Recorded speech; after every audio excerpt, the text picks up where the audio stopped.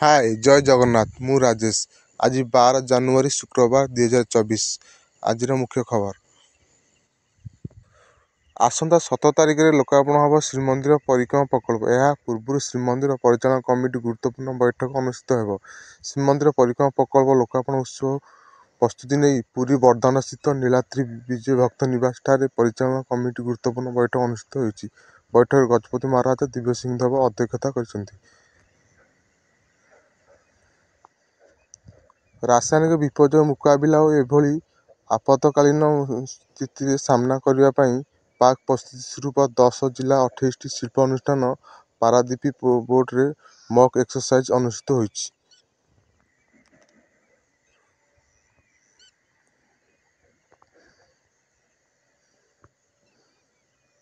ଲୋକସଭା ନିର୍ବାଚନକୁ ଦୃଷ୍ଟିରେ ରଖି ବିରୋଧୀ ମେଣ୍ଟ ଏନ୍ଡିଏରେ ଅନ୍ତର୍ଭୁକ୍ତ ଦଳର ସହ ଆସନ ବୁଝାମଣା ନେଇ କଂଗ୍ରେସ ନିରନ୍ତର ବୈଠକ କରୁଛି। ଏହା ସମୟରେ ସୂତ୍ରରୁ ପ୍ରକାଶ ଯେ ପଶ୍ଚିମବଙ୍ଗ ମୁଖ୍ୟମନ୍ତ୍ରୀ ମମତା ବାନାର୍ଜୀ ଟିଏମସି ସିଟ୍ ବୁଝାମଣାକୁ ନେଇ କଂଗ୍ରେସ ସହିତ ବୈଠକ କରିବ ନାହିଁ।